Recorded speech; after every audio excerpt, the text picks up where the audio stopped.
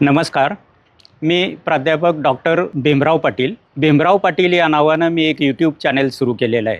याचा उद्देश की आपले विचार लोकांच्यापर्यंत पोहोचावेत, लोकांशी हितगुज साधता यावं आणि या संदर्भामध्ये शैक्षणिक, सामाजिक, पर्यावरण आणि शेतीविषयक असे अनेक उपक्रम लोकांच्यापर्यंत पोहोचवावेत या उद्देशानं हा यूट्यूब चॅनल सुरू केलेला आहे. तर जास्तीत जास्त लोकांनी लाईक, सबस्क्राईब आणि शेअर करावं.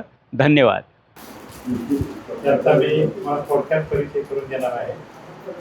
संपूर्ण परिचय करून द्यायचं म्हटलं तर 1 तास कमी पडेल. थोडक्यामध्ये परिचय त्यांचा करून देतो. ते आमचे प्रमुख पाहुणे doctor Bhimrao Janardan Patil, BSc, MPhil, PhD, MSc, PhD आणि हे SGM कॉलेज या ठिकाणी सेवानिवृत्त झालेले आहे. त्या 33 वर्ष त्यांची सेवा झालेली आहे. विशेष म्हणजे यांनी Indonesia, Sri Lanka, Bhutan, Germany, south Korea, Nepal, Malaysia, Vietnam या देशांना अभ्यासपूर्वक असा दौरा त्यांनी केलेला आहे. त्या ठिकाणी असणारी जी काही परिस्थिती आहे, एन्व्हायरमेंट ज्याला म्हणतात, वातावरण, याचे विषयी त्यांनी अभ्यास केलेला आहे. त्यांना बरेच पुरस्कार मिळालेले आहेत. त्यामध्ये त्यांना कर्मवीर प्रबोधिनीचा कृषी मित्र पुरस्कार 2002 ला मिळालेला आहे. शिक्षक भूषण पुरस्कार 2004 ला मिळालेला आहे.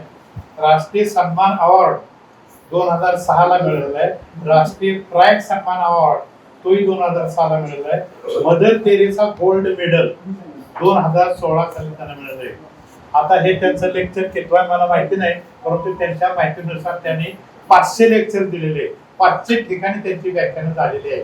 आता हे 500 एका आणखी जास्त असण्याची शक्यता नाकारता येत नाही. त्याचबरोबर हे स्वतः PhD आहेत, MPhil आहेत, परंतु याने PhDचं मार्गदर्शन ज्या ज्या मुलांना केलेलं आहे त्याच्यामध्ये पुरस्कार मिळालेले 4 विद्यार्थी PhD आणि MPhilचं मार्गदर्शन केलेलं आहे ते 2 विद्यार्थी. त्याचबरोबर आता आणखी 2 विद्यार्थी त्यांच्याबरोबर मार्गदर्शन घेत आहेत. तेव्हा अशा तऱ्हेचे हे प्रमुख पाहुणे आजचे आपल्याला लाभलेले आहेत.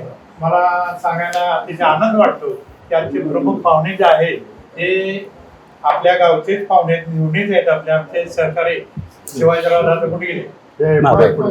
शिवाजीराव दादांचे मेहुणे आहेत. त्यामुळे ते आपल्या सर्वांच्या अगदी जवळचे आहेत म्हणून काय हरकत नाही.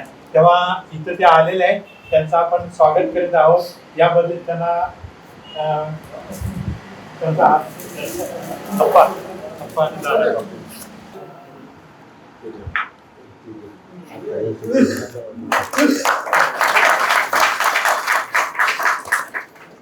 मिळाल्या बऱ्यापैकी ते आणि बसायची अडचण असून सुद्धा प्रयत्न करून का होईना बसलेले आहेत, कारण ते तितकाच महत्त्वाचे आहे. त्याच्याबरोबर महिला वर्ग जो इथं उपस्थित आहे, मला खास आवर्जून उल्लेख करावा लागेल. आणि मी भाषणाच्या सुरुवातीलाच मी सर्व पदाधिकाऱ्यांना एक विनंती करतो की पुढच्या वर्षी हा जो कार्यक्रम होईल 30 जूनचा, विशेषतः 30 जूनला जास्त लोकांचा किंवा जूनमध्ये जास्त लोकांचा वाढदिवस असतो, आवर्जून ते तरी उपस्थित असतातच.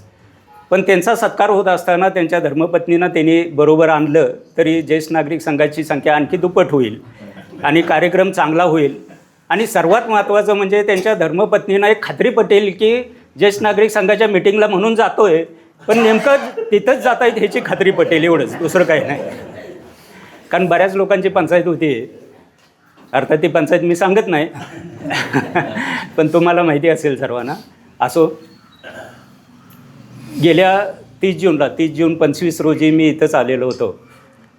त्यावेळेलाही तुमच्याशी हितगुज साधण्याचा मला योग आला आणि त्याच्यानंतर बरोबर 1 वर्षानं आज परत एकदा तुमच्या पुढे आलो आहे. मी सर्वांचंच वय त्यानंतर गेल्या वर्षीच्या 30 जून नंतर 1 वर्षानं वाढलेलं आहे, माझ्या सहित सगळेच, म्हणजे 1 वर्षानं आणखी ज्येष्ठ झालो आहे. पण आणि दिवसेदिवस आपण ज्येष्ठच होत चाललो आहे. आणि समाजामध्ये कसं होतं की ज्येष्ठ म्हटले की खूप अपेक्षा असतात त्यांच्याकडून. मग आम्हाला काय करायचं आहे नेमकं? सरांना म्हटलं, सर असं असं आहे, त्याच्यावरती मला विषय द्या. तर सरांनी विषय दिलेला होता की ज्येष्ठांचा आनंद क्षण कसा घालवायचा, आम्हाला आनंदी कसं राहायचं याबद्दल मार्गदर्शन पाहिजे. आता पावसाळा सुरू झाला आहे, बाहेर पाऊस पडतो आहे, माहीत आहे. शेतं तयार करून बसलो आहे आम्ही, सगळं पेरणी करायची. बियाची पेरणी आपण सर्वच जण करतो, आपण शेतीशी निगडीत आहोत, हेच माहीतच आहे. पण आम्हाला बियाच्या पेरणीबरोबर आनंद पेरायचा आहे. आणि तुम्हाला सर्वांना माहीत आहे, पेरल्यानंतर तेच उगवतं आणि तेच उगवलं लागलं की त्याला पीकसुद्धा तेच येतं. ज्वारी पेरली तर ज्वारीच आम्हाला मिळते. चांगलंच पेरायचं, आम्हाला आनंद पेरायचा आहे. म्हणजे काय करायचं, मशागत करायची, आनंद पेरायचा आहे आम्हाला. आणि ज्यावेळेला आनंद चांगला भरभरून पीक येईल त्यावेळेला इतका आनंद आमच्याकडे असेल. आणि मला सांगा, प्रत्येकाकडे इतका जर आनंद झाला तर आम्ही गावभर जरी वाटला तरी आमचा संपणार नाही, कारण हे न संपणारी गोष्ट आहे. फक्त तो मिळवायचा कसा एवढाच प्रश्न आहे. प्रत्येकाच्या आनंदाच्या व्याख्या वेगवेगळ्या असू शकतात, किंवा आनंद मिळवण्याची क्षणं जे असतात किंवा आनंद मिळवण्याचं साधन असतं ते कदाचित वेगळं असू शकतील. इथं ज्येष्ठ नागरिक जे आहे ते माझ्या माहितीनुसार बऱ्यापैकी ज्येष्ठ नागरिक हे रिटायर्ड झालेले, सर्व्हिस करणारे आणि रिटायर होणारे, की ज्यांना बऱ्यापैकी महिन्याला पेन्शन मिळते असे ज्येष्ठ नागरिक जास्त, किंवा जे ॲक्टिव्ह आहेत किंवा अशा कार्यक्रमाला जास्तीत जास्त येणार आहेत. पण तितक्याच मोठ्या प्रमाणात असे ज्येष्ठ नागरिक आहेत की शेतीवरती अवलंबून असणारे, फक्त त्यांना कुठलीही पेन्शन वगैरे काही मिळत नाहीत. कारण तेही ज्येष्ठ आहेत, आपणही ज्येष्ठ आहेत. प्रश्न त्यांचेही तेच आहेत, आपलेही तेच आहेत. फक्त पेन्शन मिळणाऱ्यांचा एक बऱ्यापैकी मला महिन्याला पेन्शन मिळणार आहे याच्यावरती चालू शकतं, मला एक खात्री असते. पेन्शन न मिळणाऱ्यांची थोडीशी पंचायत होते आणि मग आम्ही परावलंबी होतो. स्वतः मिळवत होतो तोपर्यंत ठीक होतं, पण स्वतः आपण मिळवायचं थोडंसं थांबलो, कारण वय परत आमचं शरीर थकून जातं. जे आम्ही तरुण वयामध्ये जे करत होतो ते आज इच्छा असूनसुद्धा नाही करता येत. आज खूप वाटतं की एखाद्या शेतीमध्ये जावं किंवा शेतीमध्ये पीक, आपली मुलं काही बरोबर करत नाही, अरे त्याचं चुकतं आहे, आपण जाऊन तिथं करावं किंवा त्याला करून दाखवावं. पण काळाच्या ओघामध्ये ते होत नाही, कारण आपणाला आपली लिमिटेशन्स माहीत आहेत, आपणाला ते जमणार नाही माहीत आहे. मग काय करायचं आहे की आपण सल्ला द्यायचा. बहुतेक जण आम्ही सल्ला देत बसतो, अरे हे करू नको, अरे ते करू नको. घरापासूनच सुरुवात होते. आपले सल्ले किती मानतात अर्धा तुम्हाला माहीत आहे, मलाही माहीत आहे. न मानणारे तरीसुद्धा आम्हाला राहवत नाही ना, कारण हे बऱ्याच गोष्टी मनाविरुद्ध होत असताना सुद्धा आपण ते योग्य व्हावं या दृष्टीनं आपल्याला उद्देश चांगला असतो. पण आजच्या काळामध्ये सल्ला देऊन काही उपयोग होणार नाही. द्यायचंच झालं तर मार्गदर्शन करा. मार्गदर्शन आणि सल्ला यात खूप मोठा फरक आहे. मग मार्गदर्शन करायचं म्हणजे तरी काय करायचं की जे मार्गदर्शन करणार आहे आम्ही ते आम्हाला तरी माहीत पाहिजे पहिल्यांदा, मग आम्ही मार्गदर्शन करतो. कारण ह्यामध्ये खूप मोठा फरक आहे. उगाचच उठलं सुटलं सल्ला द्यायचा, आता त्याची काळजीच नाही, आता आपण नाही ते करायचं. हे बऱ्याच व्याख्यानातून बऱ्याच ह्याच्यातून तुम्हाला माहिती झालं असेल. आणि जीवनात आनंद मिळवायचा असेल तर मला आनंद मिळवण्यासाठी आणि आनंदी मी राहण्यासाठी माझं आरोग्य चांगलं असलं पाहिजे. आणि आरोग्याच्या संदर्भामध्ये खूप व्याख्यानं झाली असतील. आपण कसं आरोग्यपूर्ण राहायचं. आमचं आरोग्य चांगलं असेल तर आनंदी आम्हाला आनंद उपभोगता येतो. आनंद आहे आमच्याजवळ किंवा मिळवता येतो. मिळवलेला आनंद आम्हाला भोगता आला पाहिजे, एवढं तरी महत्त्वाचं आहे. आता आरोग्य चांगलं राहण्यासाठी काय करायचं हे तुम्हीच ठरवायचं आहे. तुम्हाला काय नेमकं होतं आहे. वेळच्या वेळेला औषधोपचार घ्या, वेळच्या वेळेला जेवढा शक्य असेल तेवढा व्यायाम करा. पण माझ्या दृष्टीनं सगळ्यात चांगलं औषध कुठलं असेल तुम्हाला ह्या वयामध्ये, तर चांगले मित्र मिळवा. हे सगळ्यात मोठं औषध, सगळ्यात मोठं औषध. माझ्या मनातलं, माझ्या जीवाभावाचं, माझ्या कितीही खोलवर मी कुणालाही सांगू शकत नाही, ना मुलांना बायकोलासुद्धा सांगू शकत नाही, ती मी मनमोकळेपणानं माझ्या मित्राला सांगतो. जगात एकमेव अशी गोष्ट आहे मित्र. आणि सुदैवानं काय माहीत आहे का की मित्रांच्यामध्ये हा सक्का माझा मित्र, तो चुलत मित्र, हा मावस मित्र, तो मानलेला मित्र असं नसतं. सगळ्या नात्यातनी मानलेले चुलत सख्खी वगैरे सगळे असतात. जगात एकमेव असे मित्र मानलेला वगैरे असा काही नसतो. त्यामध्ये जितकं तुमचं वय वाढेल ना तितके जास्त मित्र असले पाहिजेत. कुठंतरी आम्ही दररोज एकत्र भेटावं. एखाद्या उद्यान असेल, छोटंसं गार्डन असेल. माझ्या माहितीनुसार कुंडलमध्ये पण चांगली रस्त्याला दिसते याच्यामध्ये. तरीसुद्धा तुम्हाला सर्वांना जाता येत असेल ते ग्रामपंचायतच्या वतीनं जर जागा असेल तर तिथे एखादी चांगलं उद्यान, नाना नानी पार्क वगैरे अशा स्वरूपाचं असेल आहे तर तिथं जास्तीत जास्त लोकांनी एकत्र वेळ संध्याकाळी असेल किंवा सकाळी बिंदास फिरायला जावा. कारण मी स्वतः नदीवरती स्विमिंगला वगैरे जातो, तो भाग वेगळा आहे. त्याच्यामध्ये फक्त सांगण्याचा माझा उद्देश आहे की ज्या ज्या वेळेला जातो अर्थात दररोज एक 50 माणसं विचार करा, दररोज येत आहेत आणि त्यातला एक जरी माणूस आला नाही तर दुसऱ्या दिवशी त्याला किमान 10 लोक तरी विचार, अरे काल दिसला नाहीस. म्हणजे मला सांगा, एवढ्या अदबीनं विचारणारा कोणतरी माझ्या मागं आहे, ह्याचं समाधान खूप मोठं असतं. घरचे आता विचारतील का नाही माहिती नाही, कारण आदर हा परकीच लोक करतात. लक्षात ठेवा, आदर हा परकीच लोक करतात. आपली लोक आपले दोष काढण्यामध्ये, नावं ठेवण्यामध्येच गुंग असतात. कोणतंही घर त्याला अपवाद नाही. किती छातीटोकपणे कुणीही सांगू दे, आम्हाला त्या वाटेने जायचं नाही, आम्हाला आनंदच घ्यायचा आहे. आणि म्हणून मगाशी मी सांगितलो, आनंद जर पेरला तर आनंद उगवेल, पण आनंद पेरल्यानंतर त्याला बाकीच्याही कीड लागणार आहे. ती कीड वेळीच आम्हाला दूर करायची. नको असणारी बाजूला करूया, कशाला पाहिजे आम्हाला. त्याचं बाजूला करायचं आणि आनंदच फक्त घ्यायचा आहे, आनंद वाटायचा आहे, आनंद घ्यायचा आहे. अनेक साधू संतांनी तेच सांगून ठेवलं आहे. आणि म्हणून जर तुम्ही संघटना करून एकत्र आला तर देण्याची क्षमता खूप आहे, आम्हाला घेण्याला कमी पडतो. आपण मगापासून सरांनी खूप सांगितलं तुम्हाला की इतक्या लोकांनी मदत केलेली आहे आणि अजूनही मदत आम्ही मागितली तर कोणी नाही म्हणत नाही. तुमचा चाललेला उपक्रम हा अतिशय चांगला आहे. ज्याला ज्याला शक्य असेल त्यांनी थोडंफार आसनं करा, व्यायाम करा, जे माझं शरीर सुदृढ राहील, योग्य राहील. एक 2 प्रकारची माणसं साधारणतः समाजात असतात बघा. एक निगेटिव्ह विचार करणारे, काही गोष्टीत जाऊ दे की काय ती कुठं होणार आहे, काय नावं ठेवणारी प्रत्येक गोष्टीत. आणि एक असतो तो पॉझिटिव्ह विचार करणार, अरे चला ही होणार आहे, होईल, आज ना उद्या होईल, का हे कर, आपण आशा धरूया, होणार आहे, चांगलीच गोष्ट होईल. आपण पॉझिटिव्ह विचार करणाऱ्याच्या बाजूने जाऊया. मी पॉझिटिव्हच विचार केला, चांगलाच विचार केला म्हणजे माझ्या घरात किंवा मला वाईटच प्रसंग येणार नाहीत असं नाही येणार.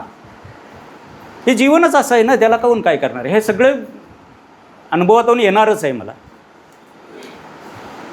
फक्त माझं मन सुदृढ असेल का नाही, मन चांगलं असेल. एक चांगलं वाक्य आहे बघा, शांत मन जर असेल तर शांत मनाने घेतलेले निर्णय कधी चुकत नाहीत. आणि भाषा गोड असेल तर माणसं कधी तुटत नाहीत. गोड भाषा असेल, काय किती खर्च करावा लागतोय, का कुठल्या डॉक्टरकडे जावं लागतंय, नाही. अरे दिसला आज उद्या कसं काय चाललंय तुझं, काय ठीक आहे माझं तुझं वगैरे, हे आपण विचार करतो. का मी हे सगळं सांगतोय की ही तुमची माझी ही जी आता बसलोय आपण, ही जगातली शेवटची पिढी अशी आहे, शेवटची पिढी मी म्हणतोय की ज्यांनी 20व्या शतकातला उत्तरार्ध पाहिलेला आहे. 1950 नंतरचा काळ आपण पाहिलेला आहे आणि 21व्या शतकातला निम्मार्धा काय काळ आपण पाहतोय. म्हणजे आम्ही बैलगाड्या पाहिलेल्या आहेत, नांगर पाहिलेला आहे, खुरप्यानं आम्ही बांगरलेलं आहे, मोठ पाहिलेले आहे आम्ही, खरडा भाकरी खाल्लेली आहे आम्ही, उन्हातानातून शेतात राबलेलो आहे आम्ही. किती गोष्टी सांगाव्यात. एकत्र कुटुंब आम्ही बघितलेलं आहे, आजी आजोबा आम्ही बघितलेले आहे. आजी आजोबा आमचं कुटुंब, आई वडील ह्यांना देव समजतात, ही भावना किंवा ह्या सगळ्या गोष्टी आम्ही अनुभवलेल्या आहेत. किती आनंदी असायचं कुटुंब सांगा, किती गरजा असायचे त्यांच्या. कमी गरजेमध्ये फार मोठं घर असलंच पाहिजे असं नाही. आनंद झोपडीतसुद्धा असू शकतो, आनंद साध्या कुडाच्या घरातसुद्धा असू शकतो, आनंद चांगल्या घरातसुद्धा असू शकतो. आनंद हा माणसावर अवलंबून आहे, भौतिक साधनावर कुठल्याच नाही. आणि म्हणून ही पिढी जी आता आहे, ही पिढी परत असणार नाही. मी सांगतो ह्या सगळ्या जुन्या गोष्टी, मग खाण्यापिण्याच्या असतील, अनुभवण्याच्या असतील, बैलगाडीतनंच प्रवास केलेला आहे. लग्नाचं वऱ्हाडसुद्धा बैलगाडीतनंच जायचं. लग्नात मस्तपैकी शेक भात असायचा. पत्रावळीवरती आम्ही पंगत गावातनं तुम्हाला माहीत आहे, हजारो माणसाच्या एका वेळेला पंक्ती पडायच्या. किती व्यवस्थित नियोजन असायचं, वाढणारे वाढत राहायचं, कुठेही काही कमी पडायचं नाही. करणारं आमच्यातलंच असायचं, धान्य आमच्यातलंच असायचं, सगळं आमच्या घरचं असायचं. अख्ख्या दिवाळीत लागणारं सगळं पदार्थ आमच्या घरचे असायचे आणि मग ते खऱ्या अर्थानं दिवाळी गोड व्हायची. आता मिळणारा, बाजारातून आणणारा एकसुद्धा पदार्थ हा भेसळ असणारच आहे. भेसळीशिवाय एकही पदार्थ तुम्हाला मिळणार नाही. तुकाराम मुंडे तिथं आल्यापासून तुम्ही पेपरमध्ये ह्याच्यामध्ये वाचत असाल, परवा शिर्डीमध्ये 800 किलो पेढे वाटणारे लोकांना भावनिक 800 किलो पेढे जमिनीमध्ये गाडून टाकले.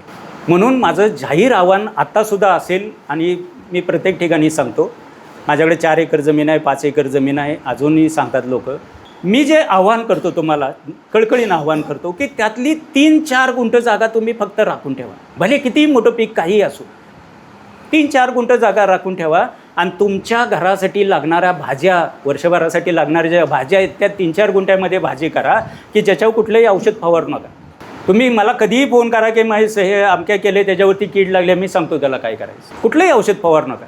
मुठभर तंबाखू घ्या, त्याच्यामध्ये बादलीभर पाण्यात टाका, रात्री भिजत घाला, सकाळी उठून गाळून घ्या आणि तेच पाणी फवारा. तंबाखू आम्ही खातोच, त्यामुळे काही फरक पडणार नाही. बिंदास किडी वगैरे सगळे मळण आणि निरोगी भाज्या आपणाला मिळतील. आज एकही भाजी मार्केटमध्ये येणारी कुठल्याही प्रकारचे निरोगी राहिलेले नाही. एवढी औषधं फवारली जातात. अनेक शेतकऱ्यांचा माझा संपर्क असतो, ते म्हणले सर औषध फवारल्याशिवाय काही येतच नाही, तर काय करायचं. मग आमची शेती जर असेल तर आम्हाला काय अडचण आहे सांगा की. तुम्हाला ज्या ज्या भाज्या आवडतात, ज्या ज्या करता येतील ना त्यासुद्धा करा. दुमजलीसुद्धा शेती करता येते, दुमजलीसुद्धा पिकं घेता येतात. मस्तपैकी 3-4 गुंठ्यात मांडव घालायला, तारा वाढायला तुम्ही आता द्राक्षाला एवढे मोठे मांडव घालताच नाही तर बघितलेलेच आहे. 3-4 गुंठ्याला भाज्या करा. वेलवर्गीय चढणाऱ्या भाज्या वर येतील, दोडके लोंबळतील, पडवळ लोंबकळत राहील, कारली लोंबकळत राहतील. त्याच्या खाली मस्तपैकी मेथी असेल, कोथिंबीर असेल, गोवार असेल, वांगे असतील, सगळी भाज्या करा की. ही पीक गेलं त्याच्यामध्ये दुसरं करूया. वर्ष काय अडचण येईल सांगा. तिथं गेलं तर मनाला एक शांती मिळेल, ती फार मोठं असतं. आणि अरे चला मी काहीतरी करतो आहे, माझ्या स्वतःच्या हातानं मी तोडतो आहे. महिला वर्गसुद्धा आनंदानं बघा शेतामध्ये जातो आहे का नाही. एक मुठभर अर्धा किलो पावशेर गवार येता घरी आणली, तेवढीच केली ताजी. मला ज्या पद्धतीनं पाहिजे ही करायला पाहिजे. ही वेळ आता आलेली आहे. ही तुम्ही जर सुरुवात केली किंवा तुम्ही करायला लावली तरच होईल. इथून पुढची पिढी तुम्ही कराल ही जी अजिबात अपेक्षा नाही. मग ते औषध फवारलेलं मिळू दे, नाहीतर औषधात बुडवून आणून देऊ दे, आम्हाला काही अडचण नाही. आता त्यांना तसलंच लागतं. अजूनही आम्हाला भाकरीशिवाय जमत नाही, अजूनही आम्हाला चपाती किंवा 2 घास असू दे चांगलं खाल्ल्याची. पण त्यांना पिझ्झा बर्गर वगैरे आनंदात रमणारी ही तरुण पिढी, त्यांना भाकरी म्हटलं तर नको. मुलंसुद्धा आज डब्यात भाकरी न्यायला तयार नाहीत.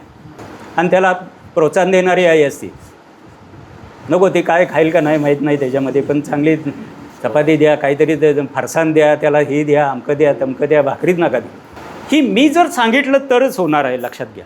परत प्रश्न येतोय की मी सांगितलेलं ऐकतील, अजिबात नाही. म्हणून मी मगाशी सांगितलं की सल्ला आणि मार्गदर्शन, आम्ही सल्ला द्यायला जातो, ते ऐकत नाहीत लोक. आणि मार्गदर्शन करायचं म्हटलं तर मार्गदर्शन करण्यात पण मी सक्षम आहे का नाही हा प्रश्न येतो.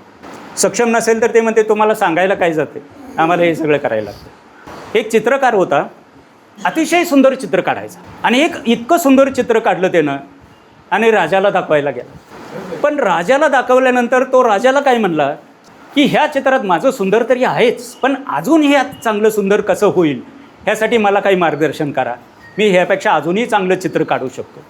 राजा म्हणला मी एकटा सांगण्यापेक्षा असं कर, तू ज्या गावामध्ये राहतोयस त्या गावातल्या एका चौकामध्ये ते चित्र ठेव आणि त्या चित्राखाली फक्त एवढं लिह की माणसांनी ज्याला चित्र बघायला येतील तिथं एक लिहायचं की तुम्हाला ह्या चित्रामध्ये ज्या ज्या काही चुका वाटतील तिथं फक्त फुली मार. म्हणजे मलाही चूक ते कळेल आणि मी आणखी चांगलं चित्र निर्माण करू शकेल. त्या बिचाऱ्यानं आपलं ते चित्र चौकामध्ये ठेवलं, त्याच्याखाली लिहिलं आणि दुसऱ्या दिवशी आनंदानं बघायला गेलं की काही फुले असतील की जेणेकरून माझ्या चुका मला लक्षात येतील. दुसऱ्या दिवशी गेला तर अख्खं चित्र त्या सगळ्या फुल्यांनी भरलं होतं. अख्खं चित्र फुल्यांनी भरलं. फार नाराज झाला. एका चित्रात जर एवढ्या चुका असतील तर मी काय आता सुधारायचं, म्हणजे त्याच्याही पलीकडे मग मी चित्र काढून तरी काय उपयोग आहे एवढा. खूप नाराज झाला. ते चित्र घेऊन परत राजाकडे गेला. म्हटलं हे असं झालं, तुम्ही सांगितल्याप्रमाणे मी केलं आणि एवढ्या त्यामध्ये फुले आलेल्या. राजा म्हणला असं कर, खरंच तुला ह्यातलं जर हे काय बघायचं असेल तर एक फक्त सूचना जी लिहिलेली आहे त्यात बदल कर. मग सूचनेत काय बदल केला तर ते चित्र व्यवस्थित परत सगळं ठेवलं त्यानं आणि खाली सूचना लिहिली की ह्यामध्ये ज्या ज्या चुका आहेत त्या कशा दुरुस्त कराव्यात हे एवढं तर तिथं तुम्ही सांगावं किंवा तिथं लिहावं असं म्हणून त्याच्यामध्ये ठेवलं. दुसऱ्या दिवशी परत तो बघायला गेला तर एकही फुली नाही आणि एकही सूचना कोणाची नाही. म्हणून मी सांगितलं की सल्ला आणि मार्गदर्शनमध्ये हा फरक असतो. फुले मागरा सांगा भरपूर मारणारे आहेत, पण ते का मारायचे, कुठं का मारायचे, का मारले माहीत नाही. म्हणून सल्ले देत बसण्यापेक्षा ऐकत नसतील ना, थोडंसं आपण अलिप्त राहायचं. माहीत आहे प्रत्येकाला, आपणाला पुढची नवीन पिढी आहे, त्यांची नवीन सगळ्या टेक्निक्स आहेत, नवीन सगळ्या पद्धतीनं जगतायत ते.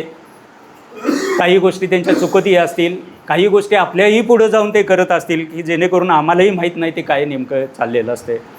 त्यांच्या सर्व्हिसचा असेल, त्यांच्या बाकीच्या अनेक गोष्टीच असेल. मुलांचाही अभ्यास जरी आम्ही घ्यायचं म्हटलं तरी आम्हालाही शक्य नाही. बघा तुम्ही 3री 4थीतली पुस्तकंसुद्धा, 4थी 5वीतली पुस्तकंसुद्धा आम्ही जर बघायला गेलो तर आमच्या डोक्याच्या पलीकडचं आहे. कारण आम्ही ज्या वेळेला जे शिकलो ते आता काहीच नाही. आणि म्हणून हे जर आम्ही सांगायला जाण्यापेक्षा थोडंसं आम्ही अलिप्त राहावे. आम्ही आमचं मन अनेक गोष्टीत रमवू शकतो. आपण मन मोकळं ठेवायचं नाही, एवढं लक्षात. तुम्ही मोकळा जेवढा वेळ तेवढा देताना तेवढे आम्हाला काहीतरी विचार येत राहतात.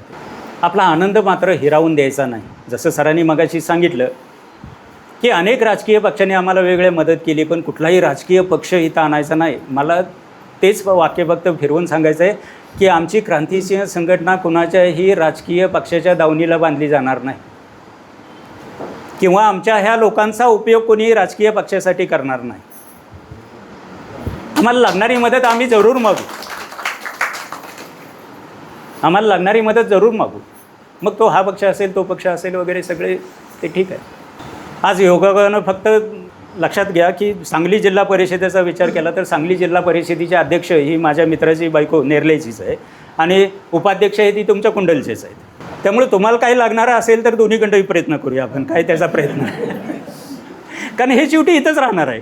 नागरिक बदलतील, पुढचे येत राहतील, मागचे जात राहतील, हे सुरू होईल, हे सगळे इथंच राहील. आणखी जास्ती आता लोकांना त्याचा उपयोग होईल एवढं. म्हणून मी सांगतोय की ही शेवटची पिढी आपली आहे की एवढ्या तन्मयतेनं आपण ऐकतोय, एवढ्या तन्मयतेनं आपण बघतोय, एवढ्या तन्मयतेनं. कारण दोन्हीही गोष्टी आपण पाहिलेल्या आहेत. विज्ञान फारसं प्रगत नव्हतं त्यावेळेसही पाहिलेलं आहे, पण आपल्यापैकी कितीतरी लोक असतील स्वातंत्र्य काळामध्ये वावरणारे किंवा तो अनुभव घेणारे असतील. आता जे.डी. बापूंच्या बरोबर असणारे आता बहुतेक कोण नसतीलच त्याच्यामध्ये. स्वातंत्र्यानंतरचेच अनुभव आहेत. आणि मग बदलत्या युगातले पण आम्ही बघतोय. आज मोबाईल बघतोय, हे सगळे डिजिटल चाललेलं बघतोय, अवकाशातली यानं बघतोय आपण. युद्ध चाललं तर ते कुठल्या पद्धतीनं होतं हे आपण अनुभवतोय. आणि हे सगळं करत असताना आजची पिढी परत हा मोबाईल आणि टी व्ही.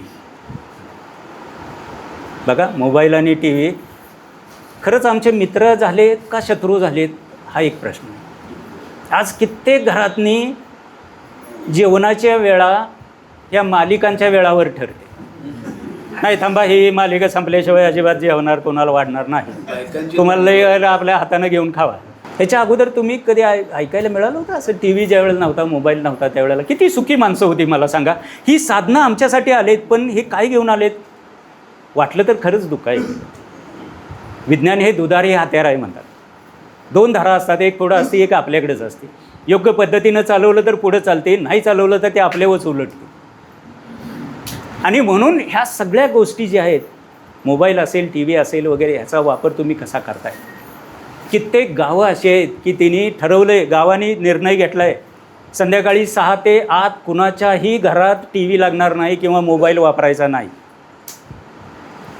आणि तंतोतंत पाळलं आहे त्याने. मगाशी पेरे पाटलांचे सांगितलं किंवा पोपटराव पवारांच्या बरोबर मी कितीतरी कार्यक्रम केलेले. अण्णा हजारांच्या गावाला 3-3, 4-4 वेळा अण्णा हजारांच्या जवळ जाऊन बसून सगळी माहिती मी घेतलेली. मी नगर जिल्ह्यात होतो श्रीगोंद्याला, त्यामुळे तिथे जाऊन पोपटराव वगैरे आम्ही खूप कार्यक्रमात आहे, खूप चर्चा केलेल्या आहेत. खूप गावातने आणखी काही करता येते सारखं आहे.